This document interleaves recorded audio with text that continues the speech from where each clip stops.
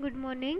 ધોરણ 6 વિષય ગણિત, ચેપ્ટર નંબર 3 સંખ્યા સાથે રમત. તેમાં જોઈએ સ્વાધ્યાય 3.3 દાખલા નંબર 4. વિભાજ્યતાની ચાવીનો ઉપયોગ કરીને નીચેનામાંથી કઈ સંખ્યા 11 વડે વિભાજ્ય છે કે નહીં તે નક્કી કરો.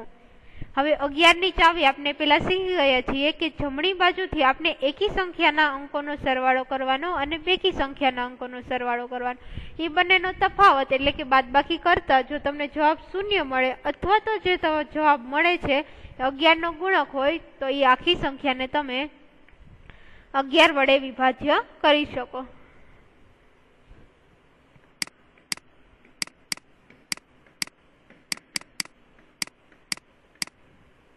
પેલી સંખ્યા છે 5445.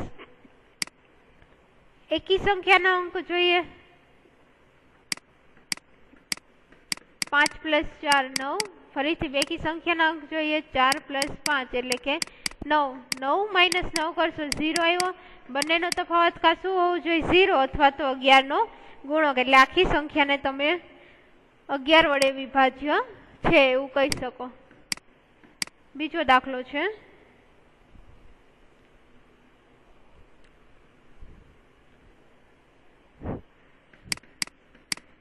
10824. એકી સંખ્યા લઈએ 4 8 અને 1 એકી એટલે 4 + 8 + 1 જવાબ થશે 13. પછી એના પછી બેકી સંખ્યા લઈએ તો કે 0 અને 2 એટલે કે 2 તો 13 - 2 કરશો જવાબ મળશે 11. તફાવત શું કીધો તો કાં તો 0 કાં તો 11 નો ગુણક એટલે કે 11 × 1 કરી તો 11 વડે ભાગી શકાશે. હા તો આખી સંખ્યા 11 વડે ભાંગી શકાય. એના પછી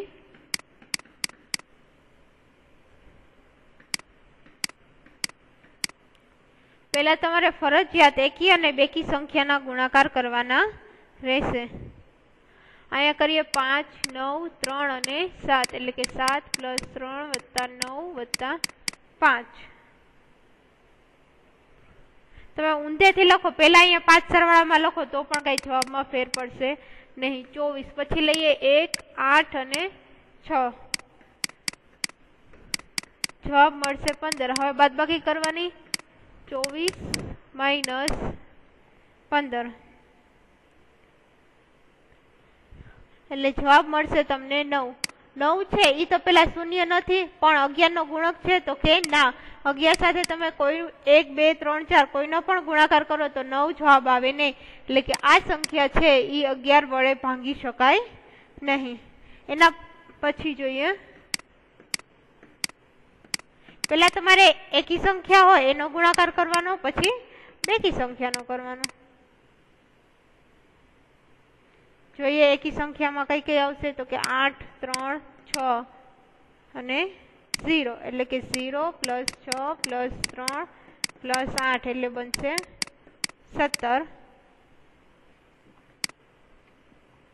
એના પછી જોઈએ 7 1 9 અને 0 7 + 1 + 9 + 0 એટલે બનશે 17. તો 17 - 17 કરો તો બંનેનો તફાવત 0 આવી ગયો તો કે હા તો આ સંખ્યા છે એ 11 વડે વિભાજ્ય છે. માત્ર તમારે એટલું જ જોવાનું કે એકી સંખ્યાના અંકોનો સરવાળો અને બેકી સંખ્યાના અંકોનો સરવાળો કરતા તમને જવાબ 0 અથવા તો જે જવાબ મળે 11 નો ગુણક હોવો જોઈએ એટલે કે 11 ના ગુણાકારમાં એ જવાબ તમારો આવવો જોઈએ. એના પછીના બે દાખલા છે એ આવી રીતના તમારે હોમવર્કમાં કરવાના રહેશે એકી સંખ્યા અને બેકી સંખ્યાનો તફાવત કરીને. 5મો દાખલો છે નીચે આપેલી સંખ્યાની દરેક ખાલી જગ્યામાં સૌથી નાનો અને સૌથી મોટો અંક લખો જેથી તે સંખ્યાને 3 વડે ભાંગી શકાય. સંખ્યામાં પેલા ખાલી જગ્યા આપેલી છે પછી તમને રકમ આપેલી છે તો ખાલી જગ્યામાં તમારે મૂકવાનો છે. તો પેલા જોઈએ આ બધા અંકોનો સરવાળો કેટલો થાય છે 6 + 7 + 2 + 4 તો કે 19 થાય છે. તો 19 કરતા વધુ હોય એવી આપણે 3 ની ગુણક જોઈશે કારણ કે આપણે કેટલા વડે સંખ્યાને ભાંગવી છે 3 વડે. તો 3 ના ગુણક 19 પછી ક્યાં આવશે તો કે 21 24 27 एवा आवी शके। हवे मारे 21 जोता होय, मारी पासे छे केटला 19, तो केटलानी जरूर पड़शे? तो के 21 माइनस 19 करीश तो केटला मळशे? 2। पछी 24 होय तो 24 मांथी 19 करीश तो 5 અને પછી 27 હોય તો 27 માંથી 19 કરીશ તો કેટલા હોઈ શકે? 8। તો બે અંકો જે આપણે છે તો સૌથી નાનો અંક કયો મળશે? 2 એ મળશે સૌથી નાનો અંક, અને 8 છે એ કયો મળશે? તો કે સૌથી મોટો અંક। અહીંયા 21 થી કેમ લીધા? કારણ કે ઓલરેડી આપણી પાસે ક્યાં સુધીનો છે? 19 સુધીનો તો સરવાળો આપેલો જ છે। एना पछीनो बीजो एमां बीजो दाखलो जोईए। वच्चे खाली जग्या छे ई तमारे पूरवानी छे। तो फरीथी आमां आपेला छे એટલે અંકોનો પહેલા સરવાળો કરીએ। 4 + 7 + 6 + 5 + 2 એટલે કેટલા થશે? 24। હવે જોઈએ 24 થી મોટા આપણે 3 નો ગુણક એટલે કે 3 નો પાડો લખીએ તો ક્યાં ક્યાં આવશે? 27, 30, 33 એ બધા આવી શકે। અમારી પાસે 24 તો છે, તો એની આગળથી આપણે જોઈએ, કારણ કે આપણે 24 સુધીનો સરવાળો કરીએ તો 27 માંથી હું 24 કાઢીશ એટલે મળશે 3।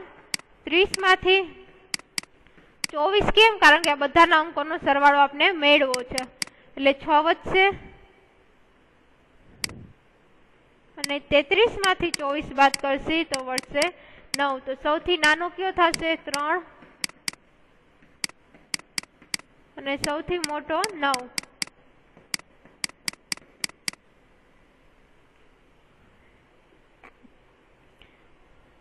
હવે જો 24 છે એ 3 નો સૌથી નાનો 3 નહીં થાય, 0 થશે, કારણ કે 24 છે એ ખુદ જ એક 3 નો ગુણાકાર છે। તમે જોશો તો કે 3 ના પાડામાં 24 આવે તો કે હા 8 × 3 કેટલા થશે? 24। તો 24 જો એક ખુદ જ શું છે? 3 નો ગુણક, તો સૌથી નાનો ગુણક કયો થશે? 0। ઉપર તમે જોશો તો આપણે 19 મળ્યું હતું। 19 છે એ 3 નો ગુણક નથી એટલે આપણે એના પછીની સંખ્યા લીધી હતી, પણ અહીંયા બધા સરવાળામાં 24 આવી જાય છે। 24 એ ખુદ જ ગુણક આપેલો છે, જે ઉપર આપણે આપેલો નહોતો। છઠ્ઠો દાખલો છે, નીચે આપેલી સંખ્યાને દરેક ખાલી જગ્યામાં સૌથી નાનો અને સૌથી મોટો અંક લખો જેથી તે સંખ્યાને 11 વડે વિભાજ્ય કરી શકાય। 11 ની ચાવી આપણે હમણાં જ જોઈ છે કે 11 વડે વિભાજ્ય કરવા હોય તો શું આવવું જોઈએ? એકી અને બેકી સંખ્યાનો તફાવત 0 અથવા તો એનો જે જવાબ મળે એ શું હોવો જોઈએ? તો કે એનો ગુણક હોવો જોઈએ, 11 નો ગુણક હોવો જોઈએ। તો એમાં પહેલો દાખલો છે છઠ્ઠામાં, વચ્ચે તમને ખાલી જગ્યા આપેલી છે।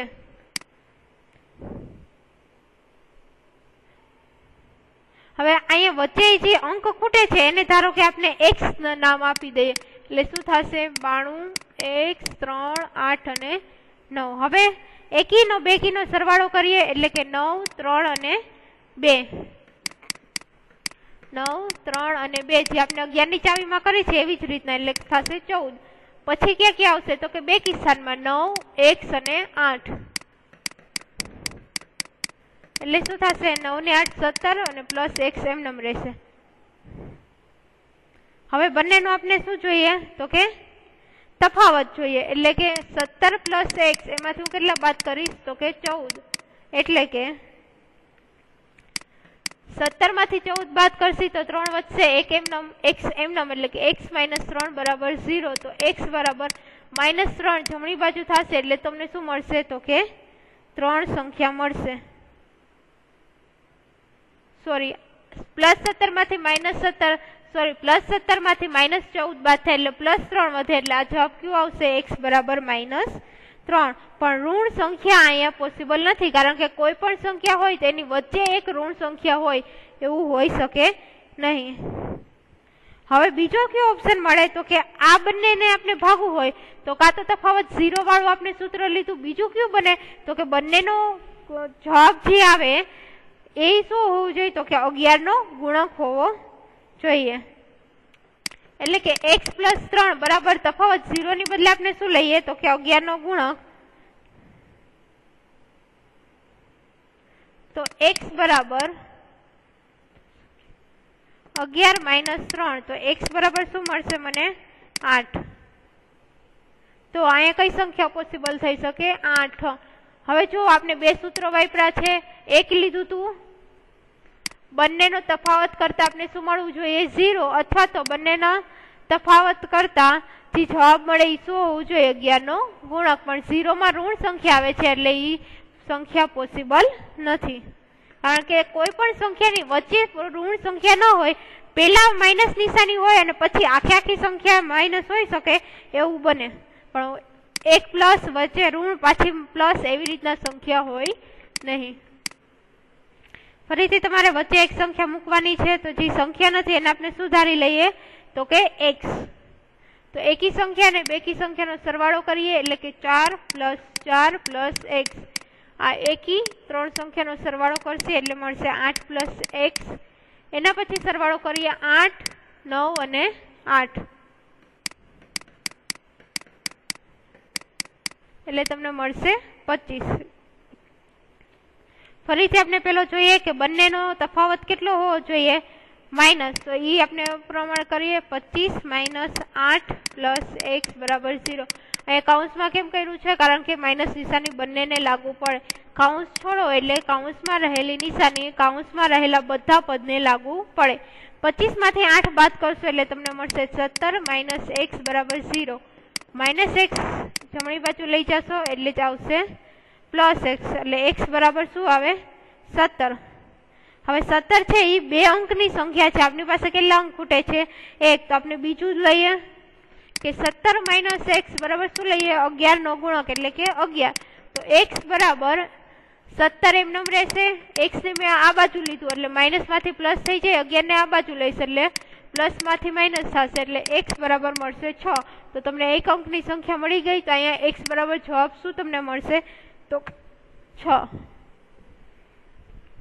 તમને જો 25 - 8 + x બરાબર 0 એટલે કે બંનેનો તફાવત 0 થાય, ત્યાં જો તમને જવાબ મળી જાય તો તમારે 11 ના ગુણક વાળું કરવાની જરૂર નથી. પણ જો તમને ત્યાં જવાબ ન મળે તો તમારે 11 નો ગુણક છે એ સ્ટેપ કરવું પડશે.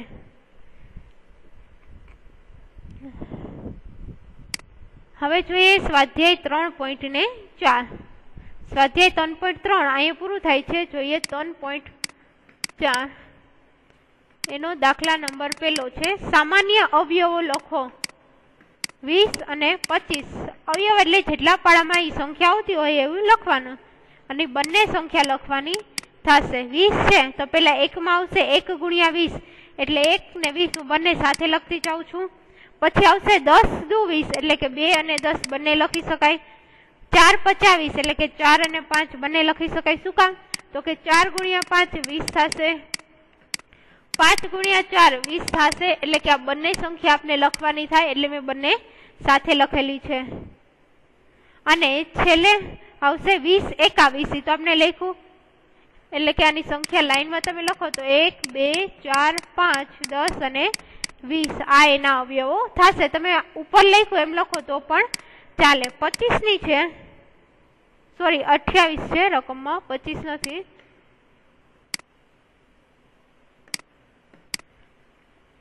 વીસ અને 28. તો હવે 28 ની જોઈએ. 28 માં પેલા આવશે 1 × 28 અથવા તો 28 × 28 એટલે 1 અને 28 અવયવ થશે. 14 દુ 28 એટલે કે 2 × 14 એ 28 થાય. 14 × 2 28 એટલે બંને આવશે. પછી 4 × 7 28 અને 7 × 4 28 એટલે કે 1 28 2 14 4 અને 7 લાઈનમાં લખવું હોય તો 1 2 4 7 14 અને 28 એના અવયવો થશે. હવે તમારે આમાં સામાન્ય અવયવ લખવાના છે કે બંનેમાં કોમન હોય એવા અવયવ ક્યાં છે. તો બંનેમાં કોમન પેલા કયું છે 1, પછી કયું છે 2 અને 4. તો સામાન્ય અવયવ એટલે કે બંને સંખ્યામાં કોમન હોય તો એનો જવાબ થશે 1 2 અને 4. એ એના સામાન્ય અવયવ થશે. જો તમને ખાલી અવયવ કહે તો તમારે આ નીચેની લાઈનમાં લખાય બધા અવયવ લખવાના, પણ સામાન્ય અવયવ કહે તો તમારે બંને સંખ્યામાંથી જે સરખા અવયવ હોય એ લખવાના થશે.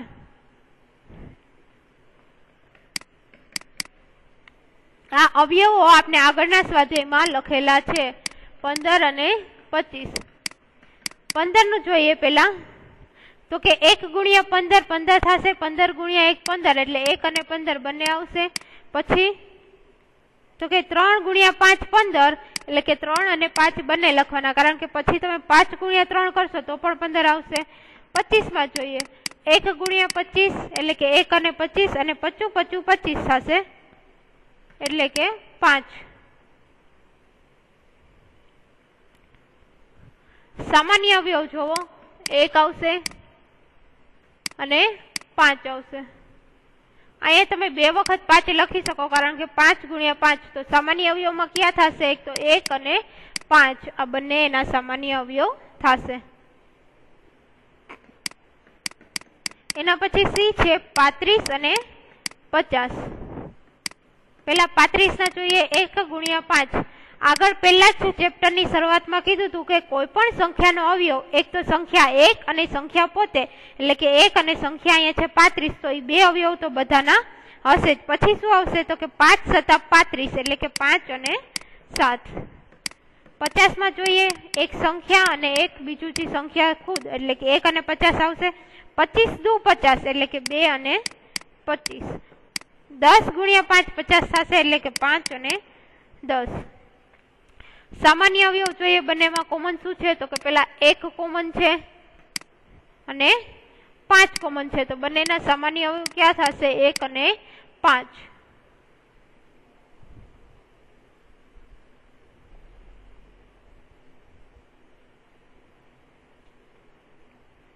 એના પછીનો દાખલો છે 56 અને 120. પેલા 56 ના અવયવ કરીએ તો 1 અને 56 બે અવયવ તો હશે જ. 1 ગુણ્યા 56 કેટલા થશે? 56.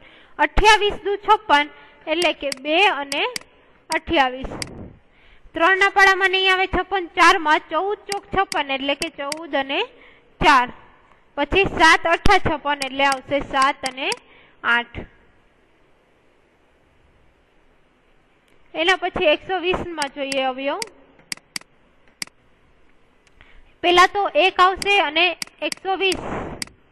1 ગુણ્યા 120 એટલે 120. પછી 60 દુ 120 એટલે કે 2 અને 60. 3 ગુણ્યા 40 120 થશે 3 ના પાડામાં એટલે કે 3 અને 40. પછી 4 ગુણ્યા 30 કરો તો પણ 120 થશે એટલે કે 4 અને 30. પછી 24 50 120 એટલે કે 5 અને 24. પછી 20 છક 120 એટલે કે 20 અને 6. 15 8 120 એટલે કે આવશે 15 અને 8. અને 10 12 દાન 120 એટલે કે 12 અને 10. તો આટલા અવયવ થશે 120 ના. તમારે જેટલા પાડામાં 120 આવે એ બધા લખવા પડશે. સામાન્ય અવયવ પેલા જોઈએ તો કે 1 આવશે, પછી છે 2 4 અને છેલ્લો અવયવ થશે 8. તો સામાન્ય અવયવ લખવાના થશે 1 2 4 અને 8. પેલો દાખલો પૂરો થાય છે. બીજો દાખલો છે સામાન્ય અવયવ શોધો. આમાં તમને બે સંખ્યા આપેલી હતી સામાન્ય અવયવ શોધવામાં.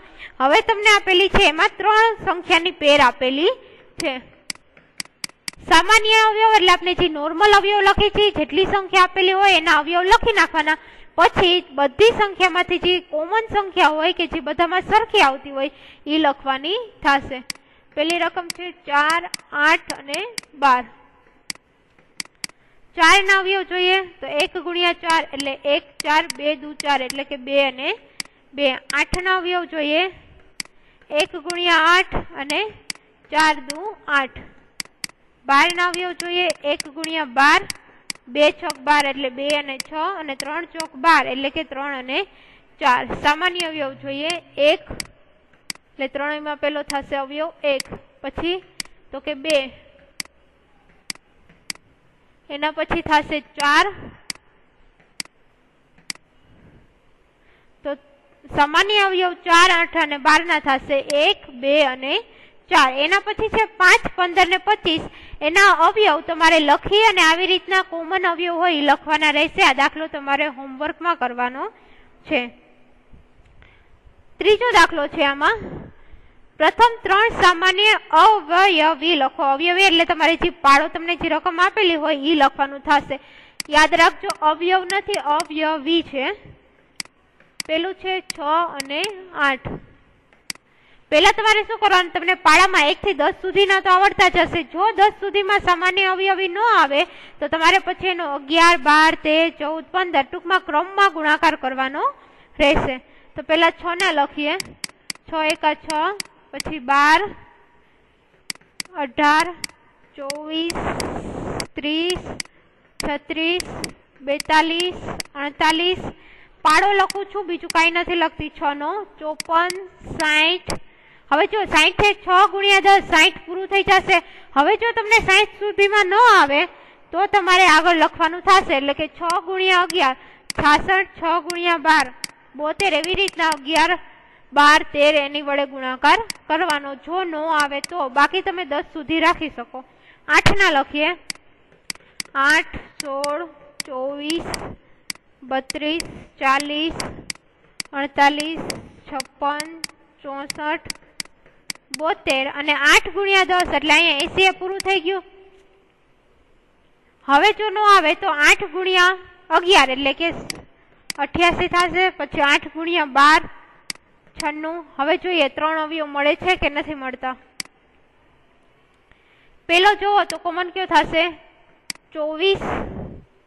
એના પછીનો તો કે 48 છે, બંનેમાંથી સરખો હોય. અને એના પછી છે 72. હવે ખબર પડી આપણે અહીંયા 60 અને 80 પછી 11 ને 12 નું શું કામ કર્યું, કારણ કે આપણે 3 અવયવી જોઈ છે. આપણે 10 સુધી ગુણાકાર કરી તો માત્ર 24 અને 48 બે જ અવયવી મળે છે. એટલે આપણે 11 અને 12 આગળ ગુણાકાર કરવો પડે. તો સામાન્ય અવયવી ક્યાં ક્યાં થશે 24, 48 અને 72. જો તમને 3 ની બદલે 5 કીધો તો હજી તમારે 13, 14, 15 એના વડે ગુણાકાર કરવાનો રહેત. બીજો દાખલો છે 12 અને 18. એમાં પણ તમારે આની જેમ પેલા 12 નો પાડો લખવાનો, પછી 18 નો પાડો લખવાનો, પછી બેયમાં જે કોમન આવતું હોય એવા 3 અવયવી લખવાના. આ દાખલો પણ તમારે હોમવર્કમાં કરવાનો રહેશે. ચોથો દાખલો છે 3 અને 4 ના 100 કરતા નાના સામાન્ય અવયવી લખો. 3 થી નાના પેલા લખવા પડશે, પછી 4 થી નાના લખવાના અને પછી બંનેમાંથી સામાન્ય હોય એ લખવાના રહેશે. 3 ના લખું છું પેલા. 3, 6, 9, 12, 15, 18, 21, 24, 27, 30, 33, 36, 42, 45, 48, 51, 54, 57, 60, 63, 66, 69, 72, 75, 78, 81.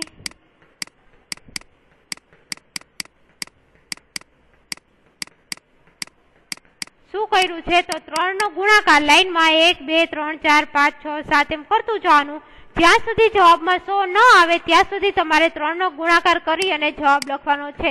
એવી જ રીતે સેમ 4 માં કરવાનું કે 4 નો ગુણાકાર તમારે 1 થી ચાલુ કરવાનો. 1, 2, 3, 4, 5, 6 લાઈનમાં ગુણાકાર કરી અને જવાબ જ્યાં સુધી 100 ન આવે ત્યાં સુધી ક્રમમાં ગુણાકાર કરી અને એનો જવાબ લખવાનો છે. હું અહીં ડાયરેક્ટ તમને જવાબ લખી દઉં છું. 4 ના 4, 8, 12, 16, 28, 32. કારણ કે તમને 100 થી નાની કીધી છે એટલે કે 100 સુધીના બધા ગુણાકાર તમારે કરી અને એના જવાબ લખવાના છે. તે પછી જ આપણે સામાન્ય અવયવી લખી શકીએ.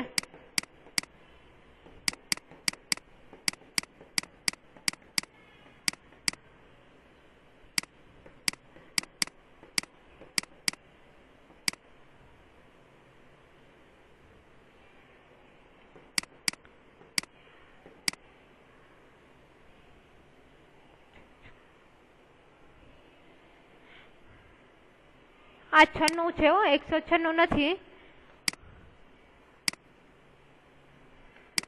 હવે બેયમાં સામાન્ય હોય એવા જોઈએ 3 અને 4 માં।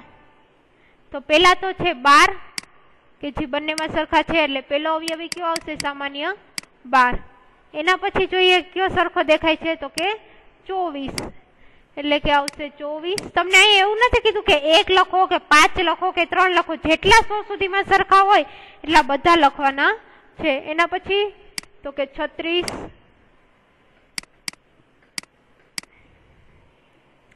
એના પછી જોઈએ સરખો કયો છે, તો કે 48। સામાન્ય એટલે બંનેમાં સરખા હોય તેવા। 48 પછી જોઈએ તો કે 60 છે બંનેમાં સરખા, એટલે કે 48 પછી આવશે 60। એના પછી આવશે તો કે 72,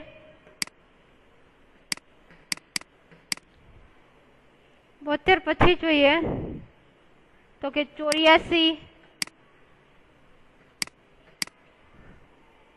અને એના પછી જોઈએ તો કે 96। તો કેટલા સરખા આવ્યા? 12, 24, 36, 48, 60, 72, 84 અને 96। આટલી સંખ્યા 100 સુધીમાં 3 અને 4 ની વચ્ચે આવે છે સામાન્ય। પાંચમો દાખલો જોઈએ। નીચેની સંખ્યાઓમાંથી સહ અવિભાજ્ય સંખ્યાઓ કઈ છે તે લખવાની છે।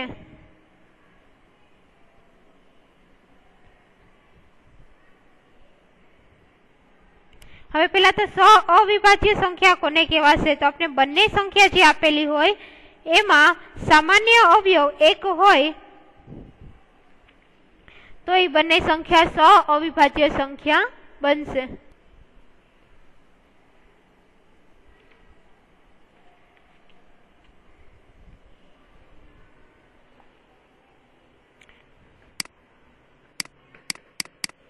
પેલો દાખલો છે 18 અને 35।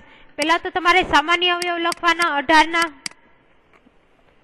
1 ગુણ્યા 18 એટલે 1 અને 18 બંને આવશે। 2 9 18 એટલે કે 2 અને 9 આવશે, અને 3 6 18 એટલે કે 3 અને 6 આવશે। 35 માં જોઈએ 1 ગુણ્યા 35 એટલે કે 1 અને 35 અવયવ થશે। 5 ગુણ્યા 7 એટલે કે 35, તો 5 અને 7। સામાન્ય અવયવ જોઈએ તો ખાલી શું આવે છે? 1। બંને અવયવમાં 1 સિવાય કોઈ પણ સરખું નથી, તો આ સંખ્યા છે એ શું થશે? સવિભાજ્ય સંખ્યા, જેમાં માત્ર સામાન્ય અવયવમાં સરખું શું આવવું જોઈએ? 1। બાકીના બધા તમે જુઓ તો અલગ અલગ અવયવ આપેલા છે। બીજો દાખલો જોઈએ 15 અને 37। તો પેલા 15 ના અવયવ લખું છું। 1 ગુણ્યા 15 એટલે કે 1 અને 15, 3 50 15 અવયવ થશે 3 અને 5। 37 છે તો એ એક પણ પાડામાં નહીં આવે, એટલે એના અવયવ માત્ર થશે 1 અને 37। જો સામાન્ય અવયવ કયો છે? માત્ર 1, તો આ પણ સહ અવિભાજ્ય સંખ્યા થશે।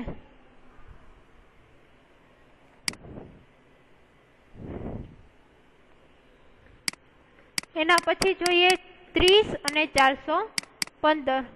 તો 30 ના અવયવ જોઈએ 1 ગુણ્યા 30, 15 દુ 30 એટલે કે 15 અને 2, 10 ગુણ્યા 30 10 અને 3, અને 5 6 30 એટલે કે 5 અને 6। 415 માં જોઈએ 1 ગુણ્યા 415 અને 83 50 415 એટલે કે 83 અને 5। સામાન્ય અવયવ જોઈએ તો કે 1 અને 5, બે મળ્યા તમને 1 અને 5, તો આ સંખ્યા સવિભાજ્ય સંખ્યા બનશે નહીં, કારણ કે એમાં બે અવયવ તમને કોમન મળે છે। માત્ર કેટલો હોવો જોઈએ? એક જ સંખ્યા હોવી જોઈએ। 17 અને 68। 17 ના અવયવ થશે 1 અને 17। 68 ના અવયવ થશે 1 ગુણ્યા 68, પછી 34 દુ 68 એટલે કે 34 અને 2, અને 17 ચોક 68 એટલે કે 17 અને 4। તો આમાં અવયવ જોશો તો 1 અને 17 છે, અહીંયા પણ 1 અને 17 છે, એટલે કે બે અવયવ મળ્યા, તો બે અવયવ મળે તો આ સંખ્યા સવિભાજ્ય સંખ્યા બનશે નહીં। એના પછી જોઈએ 216 અને 215। 216 ના પેલા અવયવ લખીએ तो કે 1 × 216 એટલે કે બંને આવશે। પછી 108 દુ એટલે કે 108 અને 2 3 ના પાડામાં આવશે 72 તેરી 16 એટલે કે 72 અને 3 4 ના પાડામાં આવશે 54 ચોક 216। પછી 6 માં જોઈએ તો 36 છક અને 24 નવા। પછી બીજું આવશે 12 × 18 એટલે કે 216। હવે જોઈએ 215 ના અવયવ। એમાં આવશે 1 × 215 પછી 43 50 515 એટલે કે આવશે 43 અને 5। સામાન્ય અવયવોમાં જોઈએ તો એક સિવાય કોઈ પણ એક અવયવ નથી કે જે બંનેમાં સરખા હોય। અહીંયા 3 અને 4 છે તો નીચેનામાં 5 છે તો આ સંખ્યા અવિભાજ્ય સંખ્યા તમારી બનશે। એના પછીનો દાખલો જોઈએ 81 અને 16। તો પેલા 81 ના અવયવ લખીએ 1 અને 81। સંખ્યા 1 અને સંખ્યા પોતે તો હોય જ। પછી 27 તેરી એટલે કે 27 અને 3 અને 9 × 9 એટલે કે 81। 16 ના અવયવ લખીએ 1 અને 16 2 8 16 અને ચોકે 16। તો આમાં જો સઅવિભાજ્ય સંખ્યામાં એક સિવાય કોઈ પણ અવયવ સમાન નથી એટલે કે આ સંખ્યા સઅવિભાજ્ય સંખ્યા બનશે। જો માત્ર એક જ અવયવ સંખ્યા 1 બનતી હોય સામાન્ય અવયવમાં તો જ સંખ્યા સઅવિભાજ્ય સંખ્યા બને। એક કરતા વધારે અવયવ સરખા આવતા હોય તો એ સંખ્યા બનશે નહીં। દાખલા નંબર 5 સુધી રાખીએ। દાખલા નંબર 6 આપણે આવતા જોઈશું દાખલા નંબર 6 થી।